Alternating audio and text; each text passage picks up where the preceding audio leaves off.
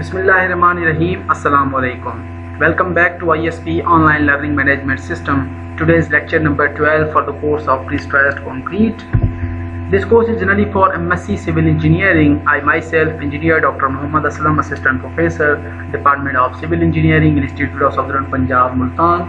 Today is lecture number 12 and week number 12. These are your reference text books. In books के अलावा अगर आपके पास कोई और बुक अवेलेबल है प्री-स्ट्रेस्ड कंक्रीट से रेलेवेंट या डिज़ाइन ऑफ प्री-स्ट्रेस्ड स्ट्रक्चर से रेलेवेंट, तो उसको भी आप यूज़ कर सकते हैं। नॉर्मली जो हम फॉलो कर रहे हैं, माइकल पी कॉलिन से भी सम टॉपिक्स हमने उठाए हैं, कुछ टॉपिक हमने एडवर्ड जी नेवी से भी उठाए हैं, उसके बाद हमने एच नेल्सन से भी उठाए हैं, नदीम हसन से भी कुछ टॉपिक्स जो है वो हमने चूज़ किए हैं। तो इन बुक्स के अलावा आपके पास कोई और बुक अवेलेबल है तो उसको भी आप यूज़ कर सकते हैं। So in our today's lecture, we will continue our topic on camber, deflection and crack control. जैसा कि हमने लास्ट क्लास में डिस्कस किया था कि camber basically is the upward deflection और negative deflection जिसको हम कंसीडर करते हैं कि प्री-स्ट्रेसिंग की वजह से जब आपका मेंबर अपवर्ड जो एक कर्व शेप के अंदर जनरेट करता है डिफ्लेक्शन, उसको हम camber भी कंसीडर करते हैं।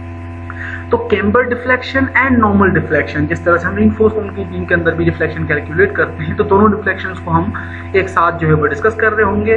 और दूसरा जो है वो हम मजीद क्रैक कंट्रोल को भी डिस्कस करेंगे कि क्रैक कंट्रोल बेसिकली हमारा किस तरह से क्रैक प्रोपेगेशन होती है, क्रैक वेव्स किस तरह से जनरेट होती हैं, क्रैक के जो ओपनिंग विड्थ्स हैं वो किस तरह से होती हैं, हम कोर्स की लिमिटेशन के अंदर किस तरह से हम बात करते हैं और उनको हम किस तरह से कंसीडर करते हैं। So summary of the previous lectures. इस कोर्स में सबसे पहले हमने प्री-स्ट्रेस्ड कंक्रीट के बेसिक प्रिंसिपल्स, बेसिक कॉन्सेप्ट्स हमने डिस्कस किए कि how we induce negative stresses into the member. उसके बाद हमने different methods of generating prestressing into the member हमने डिस्कस किए, जिसके अंदर प्री टेंशनिंग और पोस्ट टेंशनिंग आ गई। Then we discuss the stages. What are the different stages and what are the stages to generate pre-stressing into by different using methods, और हम उसको किस तरह से pre-stressing को generate करते हैं। Then what are the tendon profiles हमने डिस्कस किए, different components of pre-stressing members हमने डिस्कस किए। उसके बाद हमने different advantages and disadvantages या applications को भी हमने pre-stressing के लिए highlight किया, और एक दूसरे के कंपैरिजन में डिसएडवांटेजेस क्या हैं उनको भी हमने डिस्कस की कि इन कंपैरिजन टू प्री-स्ट्रेसिंग या प्री-टेंशनिंग हमारे पोस्ट टेंशनिंग की क्या एडवांटेजेस हैं और डिसएडवांटेजेस हैं, और in compare to pretensioning post tensioning की क्या एडवांटेजेस और डिसएडवांटेजेस है, लाइक सेम वाइज। उसके बाद हमने डिफरेंट मटेरियल डिस्कस किए जो कि हम प्री-स्ट्रेस्ड कंक्रीट के लिए यूज़ करते हैं कि कंक्रीट हमारा किस तरह का होना चाहिए। उसके बाद हमारे एग्रीगेट किस स्पेसिफिकेशन या टाइप्स के होने चाहिए, सीमेंट कौन सा हम यूज़ कर सकते हैं। उसके बाद हमारे फाइन एग्रीगेट हो गया, वाटर हो गया, सारे कंपोनेंट्स हमने डिस्कस किए। क्रीप के अंदर या कंक्रीट के अंदर क्रीप किस तरह से जनरेट होता है, स्ट्रेंथ या श्रिंकेज स्ट्रेंथ किस तरह से जनरेट होती है। उसके बाद उनको हमने प्री-स्ट्रेसिंग लॉसेस की कैटेगरी के अंदर डिस्कस किया, और डिज़ाइन लॉसेस भी हमने फाइंड आउट किए कि इन terms of plastic, in terms of immediate losses and in terms of long term या टाइम डिपेंडेंट लॉसेज जो है वो किस तरह से अपीयर होती हैं। Then we discuss the pre-stressing steel standard course and जो है हमारे पास स्टैंडर्ड कोर्स और गाइडलाइंस क्या सजेस्ट करती हैं प्री-स्ट्रेसिंग स्टील के हवाले से। उसके बाद हमने different methods to analyse prestressed beam हमने डिस्कस किए। उसके बाद हमने जो है वो डबल टी गर्डर को एनालाइज किया। Then we discuss the design of pre-stressed composite concrete I girder, जिसको हमने एनालाइज और डिज़ाइन किया। एक मेगा जो है वो स्ट्रक्चर या लार्ज स्पैन बीम या लार्ज स्पैन गर्डर हम किस तरह से ब्रिजेस के कंपोनेंट्स के अंदर हम डिस्कस और डिज़ाइन करते हैं। So in our last class we discussed short-term instantaneous deflection in uncracked and cracked conditions, कि हम uncracked और cracked conditions के अंदर short-term mid-span deflections या short-term instantaneous deflections हम किस तरह से find out करते हैं। Then we discussed the cracking movement and low deflection curves या low deflection relationship। इसी एरिया को हम मजीद कंटिन्यू करते हैं हम आज के लेक्चर के अंदर कि what is the effective movement of inertia, bilinear computation method, incremental movement curvature method. उसके बाद हम डिफरेंट फ्लो चार्ट, ये हमारे तीनों मेथड्स हैं जिनके ज़रिए से हम जो है वो डिफ्लेक्शंस को फाइंड आउट करते हैं। कैम्बर डिफ्लेक्शंस, अपवर्ड डिफ्लेक्शंस या डाउनवर्ड डिफ्लेक्शंस को किस तरह से फाइंड आउट करते हैं by using all three methods. और उसके बाद जो है हम उन मेथड्स का, इन तीनों मेथड्स का डिफरेंट फ्लो चार्ट्स भी डिस्कस करेंगे, और इन मेथड्स को यूज़ करके हम किस तरह से deflection for the short term deflection for the uncracked sections या क्रैक्ड सेक्शंस हम किस तरह से फाइंड आउट करते हैं। So now coming back to the topic short term instantaneous deflections in uncracked sections and cracked sections. Uncracked section हमने already last lecture के अंदर डिस्कस किया था। आज हम क्रैक्ड सेक्शन के अंदर किस तरह से शॉर्ट टर्म इंस्टेनियस डिफ्लेक्शंस को फाइंड आउट करते हैं। So first area we have effective moment of inertia computation method के effective moment of inertia method हम किस तरह से utilize करते हैं to calculate the instantaneous deflections. So as the pre-stressed element is overloaded, जब हम pre-stressed beam के ऊपर load apply करते हैं और in the case of partial pre-stressing where limiting या limited controlled cracking is allowed, the use of gross moment of inertia underestimates the camber or deflection of the pre-stressed beam. कि जब हम एक prestressed beam को overload करते हैं या under service loading हम ले जाते हैं या अंडर सर्विस लोडिंग हम कंसीडर करते हैं, उसके बाद हमारे पास जो है वो पार्शियल प्रीस्ट्रेसिंग का क्राइटेरिया अगर आ जाता है तो सम केस के अंदर हम अलो करते हैं कि पार्शियल प्रीस्ट्रेसिंग केस से कुछ क्रैक जनरेट हो सकते हैं मेंबर के अंदर।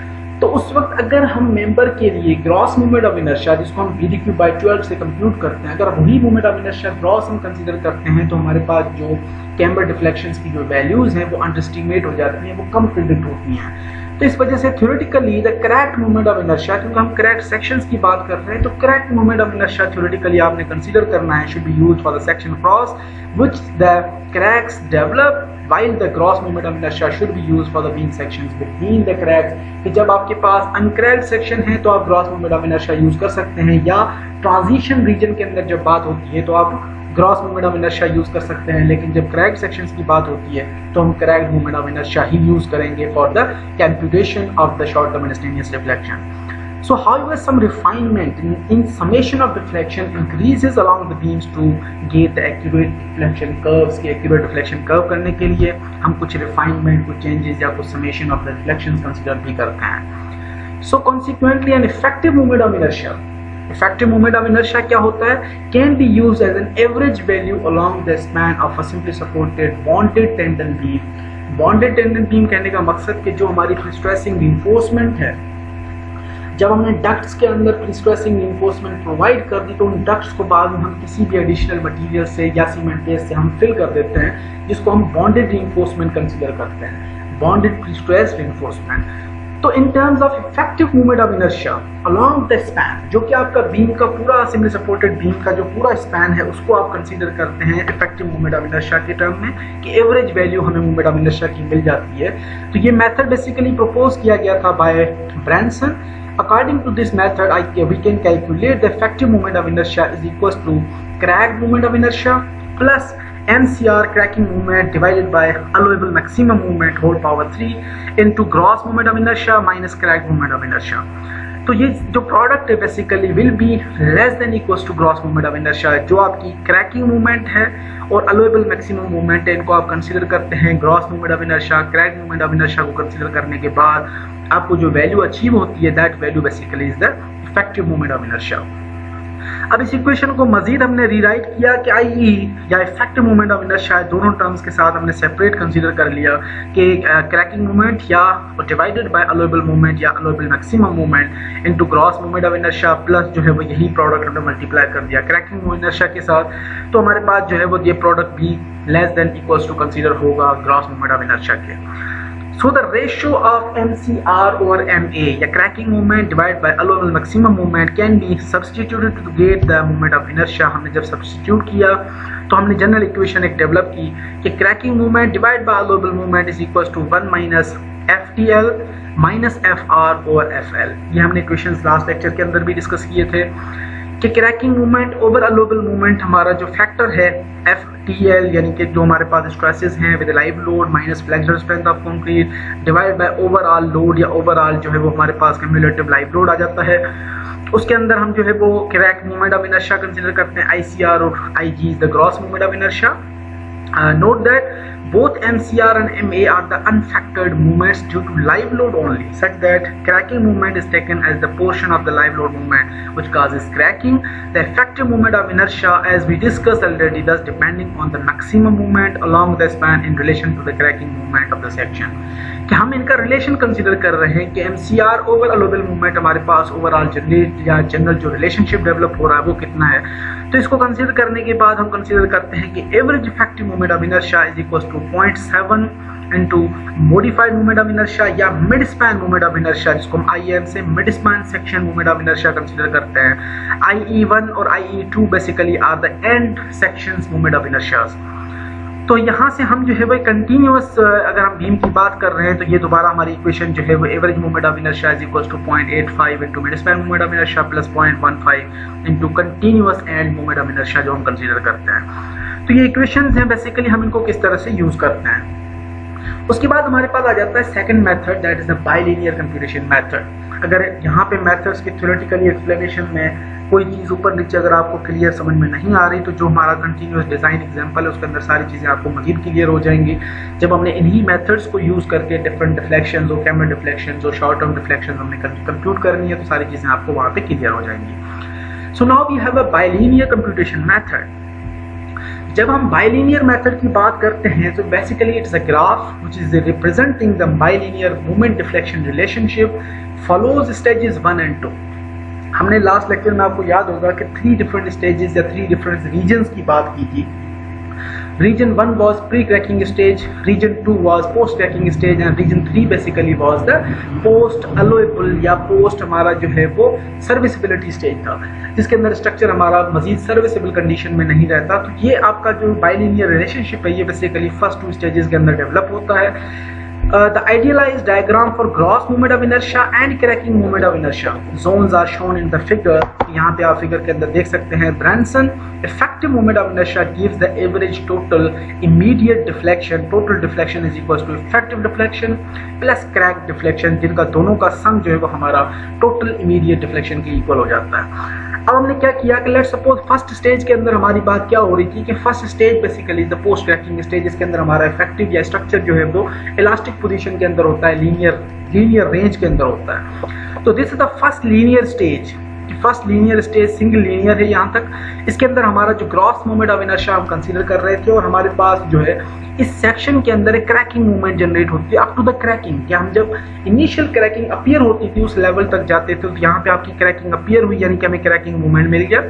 और इस क्रैकिंग मूवमेंट के अंदर जो आपकी डिफ्लेक्शन आई उस पॉइंट के ऊपर हम उसको इलास्टिक डिफ्लेक्शन या इफेक्टिव डिफ्लेक्शन कंसीडर कर रहे थे। तो ये रीजन बेसिकली हमारा जो है वो क्या कंसीडर होता है, ग्रॉस मूवमेंट ऑफ इनर्शिया की वजह से, जिसके अंदर हमारी इफेक्टिव डिफ्लेक्शन या कंसीडर हो रही थी या हमारी जो है इलास्टिक डिफ्लेक्शन कंसीडर हो रही थी, सॉरी। उसके बाद सेकंड लीनियर पोर्शन था जो कि हमारा क्रैक्ड सेक्शन था, जिसके अंदर हमारा सेकंड स्टेज के अंदर स्ट्रक्चर मूव कर रहा था, यानी प्री क्रैकिंग स्टेज या प्री क्रैकिंग स्टेज से लेके पोस्ट क्रैकिंग स्टेज तक। उसके अंदर हमारा स्ट्रक्चर जो है एक सर्विसेबल रेंज के अंदर within allowable range cracks develop करता है। मेंबर के अंदर नंबर ऑफ क्रैक्स या क्रैक ओपनिंग विड्थ कितनी होनी चाहिए वो सारी हमारी इस सेकंड रीजन के अंदर होती है।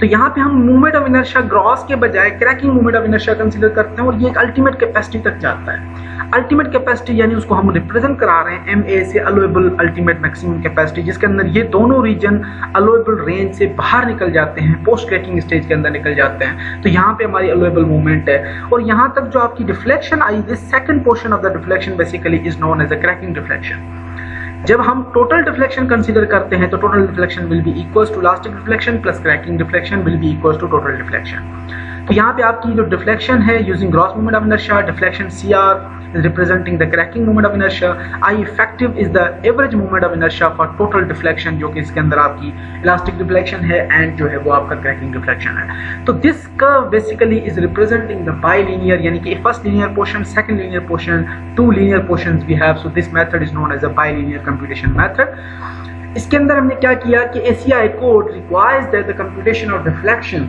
in the cracked zone is bonded tendon of beams be based on the transformed section whenever the tensile stress in the concrete exceeds 6 times under root of c dash। कि bilinear method जो आपके code कहते हैं कि ये method compute करता है deflection को into the cracked zone in bonded tendon beams के अंदर ड्यूरिंग द या based on the transform region. Transform region हमारा क्या था कि it's between cracked and uncracked stage, between cracked and uncracked stage. उसके अंदर हमारा क्या कंसीडर कर रहे थे कि जो हमारी टेंसाइल स्ट्रेसेस हैं वो एक्सीड कर जाती हैं minimum flexural strength of concrete से, जो कम 600 या हम रप्चर कंसीडर कर रहे थे। तो 600 से आपकी टेंसाइल स्ट्रेसेस एक्सीड कर जाती हैं। तो इस रीजन के अंदर या इस स्टेज के अंदर जो डिफ्लेक्शंस हैं वो हमारी क्रैक जोन के अंदर मूव कर रही होती हैं, जिसको हम कंसीडर कर रहे हैं based on transformed section. So hence cracking movement या cracking deflection in previous figure is evaluated using the transformed cracking moment of inertia utilizing the computation of reinforcement in the bilinear method। जिस तरह से हमने यहाँ पे बात की कि ये हमारे पास जो है वो deflection है due to the crack section और यहाँ पे हम यूज कर रहे हैं crack moment of inertia। So the cracking moment of inertia can be estimated by PCI pressurized concrete institute approach for fully pressurized member by I cracking moment of inertia is equals to NP area of prestressing steel into depth of prestressing या depth of the section square 1 minus 1.6 into NP into rho of P। अब ये members हमारे क्या कहलाते हैं? NP basically is the modes of elasticity ratio जो कि हमारा प्रीस्ट्रेसिंग स्टील वर्सेस कंक्रीट का रेशियो है। Modes of elasticity of prestressing steel divide by modes of elasticity of concrete का रेशियो NP से रिप्रेजेंट हो रहा है। Area of prestressing steel D is the overall depth of the section, depth to center of mild steel या non prestressed steel तक जो depth है उसको हम dp square कंसिडर कर रहे हैं। 1 minus 1.6 into NP, again NP is the modes of elasticity ratio and rho P is the ratio of area of pre-stressing steel। So if non-pre-stressed reinforcement is used to carry tensile stresses, namely in partially pre-stressing members, the equation can be revised as, अगर हमारा सिर्फ section जो है वो cracking movement या fully pre-stress condition के अंदर हम बात कर रहे थे तो यहाँ पे हमारा नॉन प्री-स्ट्रेस स्टील reinforcement कोई नहीं थी, तो इस केस के अंदर हम क्रैकिंग मूवमेंट ऑफ इनर्शिया यहाँ से कैलकुलेट कर रहे थे।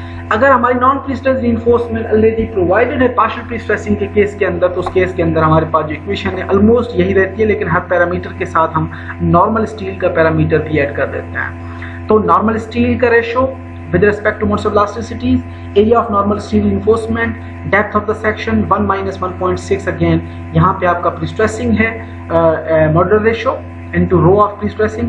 Here we have a modular ratio for normal steel and normal जो है वो steel reinforcement ratio, जिसको हम rho is equals to BD cube या जो है वो rho is area of steel is equals to rho into BD जो हम कंसीडर करते हैं। तो यहाँ पे आपके पास ये तमाम पैरामीटर्स आ गए। Now we have a third method कि अगर आपका बाइलिनियर मेथड होता तो हम यहाँ पे ये इक्वेशन दोनों यूज करके हम cracking movement of inertia calculate कर सकते थे। क्रैकिंग मूवमेंट ऑफ इनर्शिया हमारे पास आने के बाद हम मजीद वही इक्वेशन दें जहाँ पे हम स्टिफनेसेस को कंसीडर करते हैं, movement of inertia EI method use करते हैं, वहाँ पे I आपका ग्रॉस के बजाय क्रैकिंग यूज हो जाएगा, आपके पास तमाम वैल्यूज आ जाएंगी। तो third method is incremental movement curvature method, जिसको हम मूवमेंट कर्वेचर मेथड से कंसीडर करते हैं और ये बहुत ही ज्यादा वाइडली इंपॉर्टेंट मेथड है जो कि इंडस्ट्री के अंदर यूज करते हैं। The cracked moment of inertia can be estimated more accurately from the moment curvature relationship, कि very precise method है जो कि accurately predict करता है चीज़ों को। इस वजह से incremental moment curvature method जो है successfully बहुत ज़्यादा widely use होता है along the beam span and from the stress and consequently strain distribution across the depth of critical section। तो हमारे पास ये method basically moment curvature जिसके अंदर हम stresses भी calculate करते हैं, स्ट्रेसेस के बाद हम स्ट्रेन डिस्ट्रीब्यूशन कंसीडर करते हैं कि टॉप फाइबर के अंदर स्ट्रेंस किस तरह से डिस्ट्रीब्यूट हो रही हैं, बॉटम फाइबर के अंदर स्ट्रेंस किस तरह से डिस्ट्रीब्यूट हो रही हैं, और उन स्ट्रेन से हम जो है वो कम्युलेटिव जो है वो स्ट्रेन डायग्राम कंसीडर करते हैं at the first cracking stage. उसके बाद जो है वो हम डिफरेंट वैल्यूज को फाइंड आउट करते हैं। So in this method we have a moment curvature method। So curvature at the cracking stage, here we have phi CR representing curvature at the cracking stage is equals to curvature strain या cracking strain divided by total C हमारे पास centroid है is equals to M is the moment divided by EI basically is the modes of elasticity into moment of inertia। तो यहाँ पे हमारे पास ये general equation है curvature is equals to strain over c and that method is equals to movement of या movement of की over EI, जो हम जनरल कांस्टेंट इक्वेशन यूज करते हैं। where strain ECR is the strain at the extreme concrete compression fibers and M is the total moment including the pre-stressing primary moment about the centroid CDC of the section under consideration। So the revised equation will be यहाँ पे I cracked या moment of inertia cracking is equals to MC over EI is equals to MC over FF basically is representing here we have stresses। तो यहाँ पे हम EI method भी use कर रहे हैं। EI जो हमारे पास स्टिफनेस नॉर्मली हम यूज करते हैं modes of elasticity into moment of inertia, और M is representing the moment, C is the centroid of the section and F is the concrete stresses at the extreme compression fibers of the section, जो कि हमारे पास stresses है। तो इस तरीके से हम डिफरेंट स्ट्रेंस भी फाइंड आउट करते हैं, क्रैक मोमेंट ऑफ इनर्शिया भी कैलकुलेट करते हैं। उसके बाद हमारे